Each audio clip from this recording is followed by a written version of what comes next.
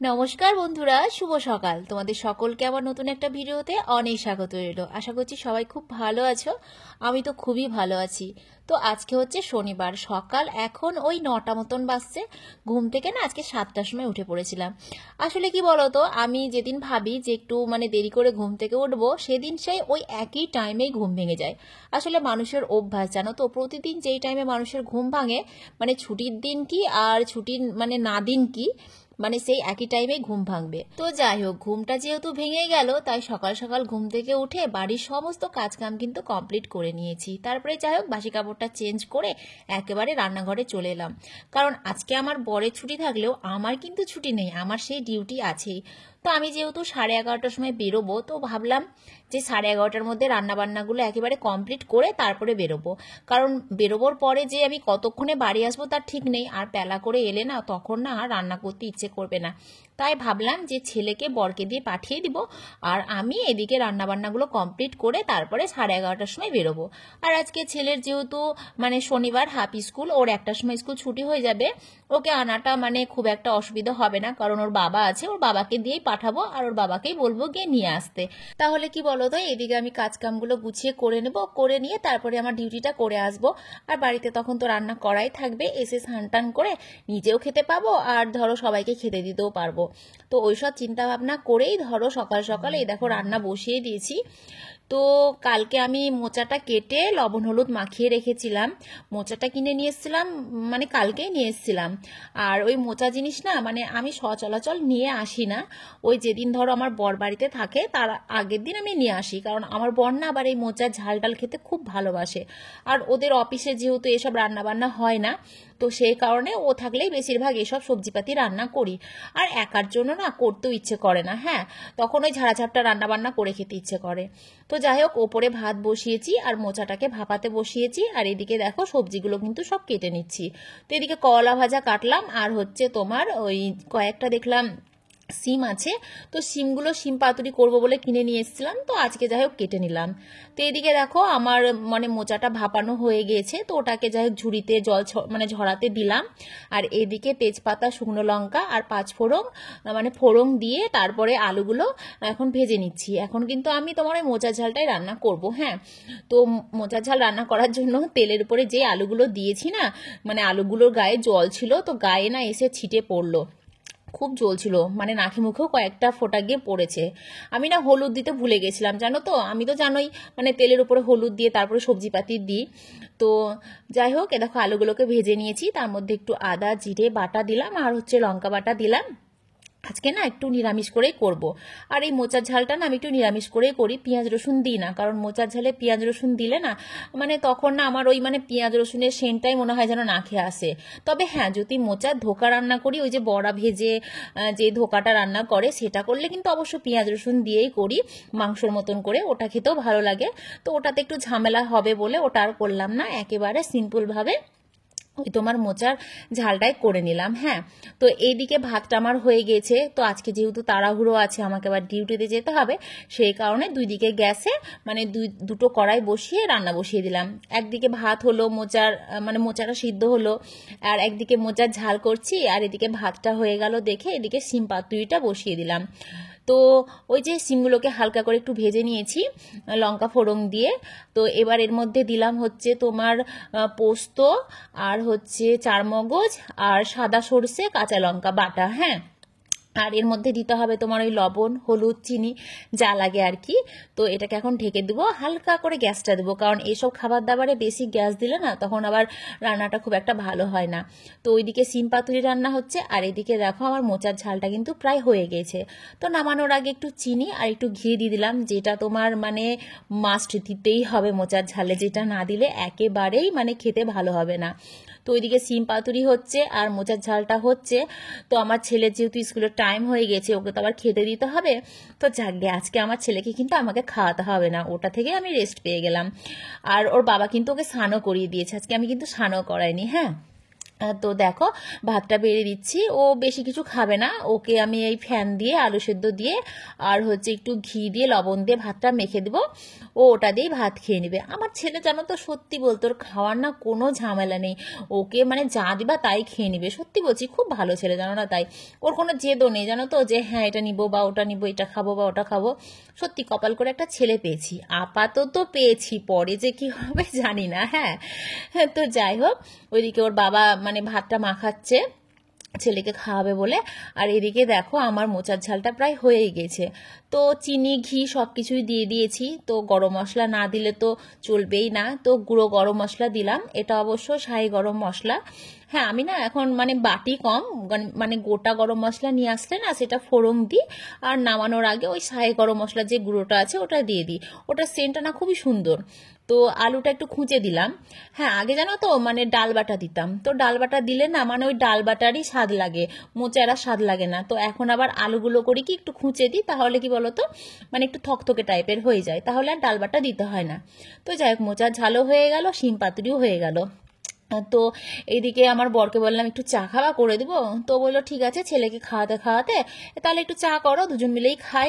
আর আমারও না চা খেতে খুব ইচ্ছে করছিল, অনেক বেলা হয়ে গেছে, তো সেই সকালবেলায় চা খেয়েছি। তো চা করলাম, চা ওইদিকে হচ্ছে, করিনি এখনো। হ্যাঁ, আর এদিকে মোচার ঝালটা যাই হোক হয়ে গেছে, নামিয়ে দিই। আমি তো আবার জানো তো খুব আস্তে করে গ্যাস দিয়ে রান্না বান্না করি, সেই কারণে না আমার রান্না হতে একটু টাইম লাগে। আমার ওই জোরে গ্যাস দিয়ে রান্না করলে না মনে হয় রান্নার কোনো স্বাদই হয় না, ওপর হয়তো পুড়ে যায় ভেতর কাঁচা থাকে, এরকমটা মনে হয়। তো যাকে ওইদিকে ছেলেকে ওর বাবা খাইয়ে দিয়েছে, এদিকে রান্না বান্না আমার অর্ধেক প্রায় হয়ে গেছে, এখন শুধু এই করলাটা ভাজবো, ব্যাস তাহলেই হবে। তো আমার বরকেও আবার ভাবলাম যে দুটো খেতে দিই, কারণ ও এখন গিয়ে কখন বাড়িতে মানে ঢুকবে তার ঠিক নেই। তো কলা ভাজাটা বসিয়ে দিয়ে ওর জন্য দুটো ভাত বাড়বো, যেহেতু হাতে এখনো সময় আছে অনেকটাই, 10:30 বাজছে, আর স্কুলে তো 10:50-এর মধ্যে ঢুকতে হবে, সেই কারণে দেখো শিম পাতুরি আর মোচার ঝালটা হয়ে গেছিল, ওটা দিয়ে আবার ওকে দুটো ভাত দিলাম খেতে। তো এই কটা ভাত আবার বলে নাকি অনেক হয়ে গেছে, আসলে ওর সকালবেলাতে খাওয়া অভ্যাস নেই আমার মতন। হ্যাঁ, আর খেলেও ওই মুড়ি খায়, ভাত তো খাই না। তো আজকে আবার তরকারি টরকারি হয়েছে, বিশেষ করে মানে মোচার ঝাল হয়েছে, ওই কারণেই বললো ঠিক আছে তাহলে আমাকে দুটো ভাত দাও খাই। তো অতটা ভাত তো খেতে পারলো না, তো কিছুটা নিজে খেলো, কিছুটা আবার আমাকে খাইয়ে দিল। আমারও ভালো হলো, রান্না করতে করতে আমিও দুটো খেয়ে নিলাম, কারণ আমার আবার অভ্যাস নেই মানে সকালবেলায় খাওয়ার, ওই খাইয়ে দিল বলে খেলাম, নইলে তো খেতাম না। তারপরে যাই হোক, এ দেখো এখন এখন ডাল বসালাম। হ্যাঁ, কারণ ঝোল জিনিস তো কিছু করতে হবে, ওই শিম পাতুরি তারপরে মোচার ঝাল কলা ভাজা এইসব দিয়ে তো ভাত খাওয়া যাবে না, তো একটু ডাল বসালাম। তো এদিকে দেখো সবাই রেডি হয়ে গেছে এখন স্কুল যাওয়ার জন্য। তো এদের দুই বন্ধুর মধ্যে এখন মারামারি লেগে গেছে, ও বলছে তুই বস আগে, ও বলছে তুই বস আগে। হ্যাঁ, মানে দুজনের ইচ্ছা যে পিছে বসবে। তো আমার বরাবর বলছে আমি তোমার বাবা, তুমি আমার পেছনে বসো, ওর বাবা হলে ও পেছনে বসতো। তো যাই হোক, ভুগিয়ে ভাগিয়ে আমার ছেলেকে মানে পেছনে বসানো হলো, তার পেছনে ও বসলো।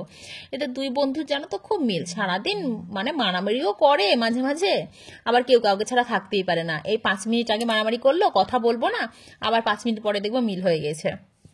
তো যাই হোক, ডালটা সেদ্ধ করতে বসিয়ে দিয়ে আমিও গিয়ে টুক করে রেডি হয়ে গেছি।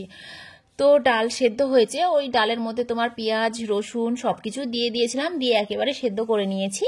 এখন তেলের উপরে একটু কাঁচা লঙ্কা, 5 ফোড়ন আর হচ্ছে একটু জিরে, শুকনো কাঁচা লঙ্কা না সরি শুকনো লঙ্কা, হ্যাঁ, ফোড়ন দিয়েছি, দিয়ে ওটাকে ভেজে নিয়ে এখন ডালটা ঢেলে দিয়ে ডালটা একটু ছুঁকে নিব।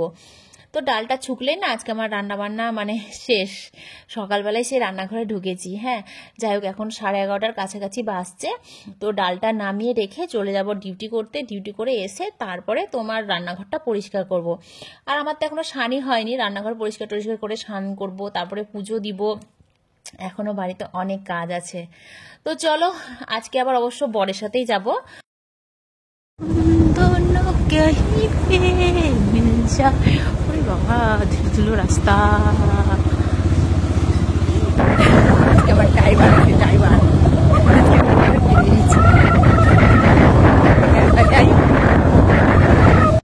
আমি জানো তো এমনিতে চা খেতে অত পছন্দ করি না, হ্যাঁ, তবে এই ঠান্ডা বলে মনে হয় চা খেতে বেশি ভালো লাগছে। তো দেখো সকালে দুবার চা খেয়েছি, আবার হচ্ছে একটু কাস্টমারের বাড়ির সামনে গিয়ে বসলাম, বসে দেখো বর চা খেলো, তো আমাকে বললো চা খাবা, তো আমিও বললাম ঠিক আছে খাবো, তাই আবার এক কাপ চা খেয়ে নিলাম। এইদিকে একটা কাস্টমারের বাড়িতে গিয়ে এই যে এই মুরগির ঠোকা খেয়েছি, জানো না তাই, হ্যাঁ, তো আমি তো জানি না যে মুরগিটা ঠোকা মারে, আমি গিয়ে গেটের সামনে দাঁড়িয়েছি আর একেবারে দৌড়তে দৌড়তে এসে দিয়েছে দই ঠোকা, জানো না তাই, হ্যাঁ, মানে বাড়িতে মানুষ কুকুর পুষে জানি, এই যে মানে মুরগি পুষে মানে এরকম শিকারি মুরগি এই প্রথম দেখলাম। তো শুনলাম নাকি মুরগিটাকে ওরা শখ করেই পুষেছে, তো মুরগিটা বাড়ির মালিককেও ওরকম ঠোকা মারে, শুধু ওই বাড়ির যে মেয়ে আছে ওই মেয়েটাকেই ভালোবাসে, মেয়েটাকেই কিছু বলে না, হ্যাঁ। তো মেয়েটা সামনে এসে আবার দাঁড়ালো, তারপরে কাস্টমারের বাড়িতে গিয়ে কথা টথা বলে কাজকাম সেরে এই দেখো বাড়িতে এলাম, হ্যাঁ। তো বাড়িতে এসে খাওয়া দাওয়া করে তারপরে এই দেখো মাঠে এলাম, এই যে বৌদি ডাকলো তাই চলে এলাম মাঠে। ভাবলাম বাড়িতে এসে স্নান করব, তো এখন বাজছে হচ্ছে 3টে, বাড়িতে এসেছিলাম 2:30-এর সময়, তো 2:30-এর সময় এসে এই খাওয়া দাওয়া করে 3টের সময় স্নান কি করবে বলো তো, ভাবলাম স্নান টান করে বরকে খেতে দেবো, তো ওদের আবার খিদে পেয়ে গেছিলো বলে ওদেরকে আগে খেতে দিলাম, তো 3টে বেজে গেল দেখে আর স্নান করলাম না, যেহেতু সকাল 10টা 10:30টার মধ্যে স্নান করা অভ্যাস, তো অতবেলায় কে স্নান করবে বলো। তো এই যে মাঠে সব বৌদিরা বসে আছে, তাই বৌদিদের কাছে এসে একটু বসলাম। তো কালেকশন থেকে এসেছিলাম অনেক সকাল সকালই, তখন বাসছিল হচ্ছে 1:30টা, দিয়ে না মানে ঠাকুরের মানে পিতাম্বরী কিনবো বলে ভুলে গেছি, ঘরের বারুন কিনবো বলে ভুলে গেছি, আবার বাজারে গেলাম, বাজার থেকে পিতাম্বরী বারুন সব কিনে নিয়ে এসে তারপরে ঠাকুরের বাসন মাজলাম, ঘর দর ঝাড়ঝুট দিলাম, দিয়ে সবাইকে খেতে টেতে দিয়ে নিজে খেয়ে এই যে এখন বাগানে এসে বসে আছি। আজকে স্নান করিনি, আর গেছিলাম সেই গ্রামের ভেতরে, মানে কাঁচা রাস্তা, ধুলোতে বালিতে চুলের কি অবস্থা হয়েছে। চিৎকার করছিস কেন? শাড়ি দেখ না ছিঁড়ে নতুন হবে আর একটা। আমি আমার বৌদিমণিকে দিয়েছি, আমি কি খারাপ দিতে পারি? ওই জন্যই তো দিয়েছি, আর বলেও তো দিয়েছিলাম যে বৌদিমণি আমার দেওয়া শাড়িটা তুমি নিবা, তুমি পরবা, তোমাকে মানাবে, সেই জন্য তো আমি তোমাকে শাড়িটা দিয়েছি, তুমি পরো, আমার দেখেও ভালো লাগে। এইদিকে দেখো মুদিখানার সব জিনিসপত্রগুলো নিয়ে এনে রেখেছিলাম, কিন্তু গুছিয়ে রাখা হয়নি, সকাল থেকে টাইম পেলাম কোথায়, ওই রান্না বান্না করলাম, করার পরে তো মানে ডিউটিতে বেরোলাম, ডিউটি থেকে এসে খাওয়া দাওয়া করে মাঠে গিয়েছিলাম, তারপরে যাই হোক মাঠ থেকে এসে আবার হচ্ছে মানে বাজারে গিয়েছিলাম একটু, মানে দরকার ছিল, আমি ওই সরা পিঠে ভাজবো, তো তো সেই কারণে ধরো সরা ছিল না, ঢাকনা ছিল না, না ঢাকনা ছিল সরা ছিল না, তো সরা কিনে নিয়ে আসলাম একটা, আর ছেলের হচ্ছে ড্রয়িং খাতাটা শেষ হয়ে গিয়েছিল, তাই আবার গিয়ে একটা ড্রয়িং খাতা নিয়ে আসলাম, রুল রবার্ট নিয়ে আসলাম, তারপরে দেখো এতক্ষণে চা করছি, হ্যাঁ। তো চা না আজকে দুধ চাই খেতে ইচ্ছে করলো, সকাল থেকে আজকে কতবার চা খেলাম বলো তো। তো যাই হোক মানে এলাচ টেলাচ দিয়ে না বেশ সুন্দর করে আজকে চাটা করেছিলাম, হ্যাঁ। তো 3 কাপ চা করেছি, আমার আবার জানো তো, হ্যাঁ, দুধ চা করলে না মানে মাপে মাপে করতে পারি, কিন্তু আমি লাল চা করতে গেলেই দেখি আমার কাছে মানে চায়ের পরিমাণটা বেশি হয়ে যায়, যদি 3 কাপ জল দিই তো দেখবো 3.5 কাপ হয়ে গেছে, মানে কি করে যে লাল চাটা বেড়ে যায় আমি বুঝতে পারি না। তো যাই হোক তোমাদেরকে তো বললাম আজকে বাড়িতে সরা পিঠে ভাজবো, আমার ছেলে কয়দিন ধরে পাগল করে দিচ্ছে, মা ওই গোল গোল পিঠেগুলো ভাজো না, গোল গোল পিঠেগুলো ভাজো না, মানে নাম তো জানে না, গোল গোল পিঠে ভাজো। তো আমি তো বুঝতে পারছি কোন পিঠের কথা বলছে, ও না আবার এই সরা পিঠে খেতে খুবই ভালোবাসে, এর আগে একদিন আমি পুলি করেছিলাম, পুলিটা অতটা পছন্দ করে না, তো সেদিনই বলছিল মা এই পিঠেগুলো আমার অত ভালো লাগে না খেতে, তুমি ওই পিঠেগুলো ভেজে দিবা। তো যাই হোক এদিকে আমি দুধটা জাল বসিয়ে ওইদিকে ঘরে গেলাম চা খেতে। আমি অবশ্য চাটা একটু ঠান্ডাই খাই, তোমরা তো সবাই জানো, হ্যাঁ, সন্ধ্যের সময় যেমন সঙ্গীতা চা করে আর আমি মানে কালেকশনে বেরিয়ে যাই, কালেকশন করে এসে তারপরে বাড়িতে গিয়ে চা খাই, হ্যাঁ, মানে সন্ধ্যের সময় 2-3টে আছে, তো মানে যাই হয়ে যায় সঙ্গে সঙ্গে। তো ওই 2-3টে আমি ইচ্ছাকৃতই সন্ধ্যের সময় রেখেছি যে একটু হাঁটবো বলে, তো হাঁটা আর হয় না, ওই গাড়ি নিয়েই যাই, গাড়ি করেই চলে আসি, গরম পড়লে তখন হাঁটবো, এখন ঠান্ডা তো ওই কারণে ঠান্ডাতে আর ভালো লাগে না একা একা হাঁটতে, আবার যদি কেউ থাকে তাহলে তার সাথে গল্প করতে করতে যাওয়া হয় বেশ, যেমন কয়দিন আগে বুলটির সঙ্গে গেলাম গল্প করতে করতে, মানে রাস্তা যে কিভাবে পেরিয়ে গেল কিছু বুঝতেই পারলাম না, হ্যাঁ। তো এই হচ্ছে ব্যাপার, তো সবাই মিলে চাটা খেলাম, খেয়ে দিয়ে এই যে তা করতে করতে দেখছি দুধটা গরম হয়ে গিয়েছে, তো আজকে না খেজুর গুড় আমি কিনিনি, আমার বর অফিস থেকে নিয়ে এসছে। অফিস থেকে নিয়ে এসছে বলতে ওর একটা স্টাফ আবার ওকে দিয়েছে একেবারে খাঁটি গুড়, এর মধ্যে না কোনো ভেজাল নেই। আর যেই গুড়ে ভেজাল কম থাকে জানো তো, সেই গুড়ে মানে সেই গুড়টা যখন দুধে দেওয়া হয় না, দুধটা কাটে না, কিন্তু যেই গুড়ে ভেজাল থাকে সেই গুড়টা দুধে দেওয়া মাত্র দুধটা কেটে যায়। হ্যাঁ, সে আমি জাল করে দিয়েও দেখেছি, আবার মানে এমনি দিয়েও দেখেছি। তো সত্যি বলছি গুড়টা এত সুন্দর ছিল যে আমি গুড়টা দেওয়ার পরেও না দুধটা অনেকক্ষণ ফুটিয়েছি, তবুও আমার দুধের না কিচ্ছু হয়নি, মানে কাটেও নি, কিছুই হয়নি। হ্যাঁ, আর যে দিয়েছে তাকে অসংখ্য ধন্যবাদ। নামটা না আমি ভুলে গেছি, আমার বর না নাম মানে বলেছিল, কিন্তু আমি না ভুলে গেছি নামটা। হ্যাঁ হ্যাঁ, তো তোমাদের গুড়টা না সত্যি খুব ভালো ছিল, পিঠেগুলো না খুব সুন্দর হয়েছিল জানো তো। হ্যাঁ, তো এই দেখো প্রথমেই একটা পিঠে মানে ভেজে নিয়েছি ছোট্ট করে। অবশ্য আমরা ভালো মন্দ যেটাই রান্না করি না কেন প্রথমে ছোট্ট করে একটা করি, ওটা হচ্ছে ব্রহ্মাদেবী তো। হ্যাঁ, যাই হোক ব্রহ্মাদেবকে খেতে দিই, মানে আগুনটাকে দেওয়া হয়, যার জন্য আমরা করে খাচ্ছি আর কি। তারপরে আস্তে আস্তে সবগুলো ভেজে নিই। তো প্রথমটা ঠাকুরকে দিলাম, তারপরে এই যে একটা একটা করে ভাজবো। তো সবাই বলে সরা পিঠে নাকি গ্যাসে ভালো হয় না, খড়ি রাখাই ভালো হয়। তো আমার তো খড়ি রাখা নেই, আর আমি খড়ি রাখাতে সত্যি বলছি কোনোদিন ভাজিও নি। আমি যেদিন থেকে ভাজছি আমি সেদিন থেকে কিন্তু এই মানে ওভেনেই ভাজছি, মানে গ্যাসেই ভাজছি। সত্যি বলছি মানে ভালোই হয়। দেখো আমি একটা একটা করে ভেজে দেখাচ্ছি তোমাদেরকে, খুব সুন্দর হয় কিন্তু ভাজা এই মানে গ্যাসে। আর গ্যাসে কি বলতো, কখনো যখন প্রয়োজন হয় গ্যাসটাকে বাড়িয়ে দিই, যখন প্রয়োজন হয় কমিয়ে দিই, এতে আমার ভাজাটা বেশি ভালো হয় সত্যি বলতে। তো আমি যা কিছু করি আমি কিন্তু মানে গ্যাসেই করি, আমার তো খড়ি রাখা নেই, থাকলেও আমার হয় না করা। কারণ এই বাইরে বসে বসে একা একা কে করবে বলো, বাগানের দিকে রান্নাঘর আলাদা হলে না হয় হতো। তো আমাদের বাড়িতে রাতের বেলায় পিঠা পুলি যত যে খাক না কেন, ভাত না খেলে কারো চলবেই না। তো ভাত যেহেতু করতে হবে সেই কারণে এক সাইডে ভাত বসিয়ে দিয়েছি, আর এদিকে দেখো একটা একটা করে কিন্তু আমি পিঠেগুলো সব ভেজে নিচ্ছি। তো পিঠেগুলো দেখো কি সুন্দর ভাজা হয়েছে, তাই না? আজকে সারাদিন কাজ নিয়ে এতটাই ব্যস্ত ছিলাম যে আমার পার্সোনাল কাজটাকে আমি ভুলেই গেছি। হ্যাঁ, তো কাজের হিসাবটা আমি যেহেতু সন্ধ্যের সময় করি, আর আজকে সন্ধ্যের সময় ওই বাজার হাট পিঠে পুলি এইসব নিয়ে বসে গেছি, দিয়ে না আমি কাজের হিসাব করতেই ভুলে গেছি জানো না। তাই তারপরে শোয়ার সময় হঠাৎ মনে পড়ছে, মা আমি তো হিসাব করিনি। তো সঙ্গে সঙ্গে উঠে এসে আবার দেখো হিসাব করতে বসলাম।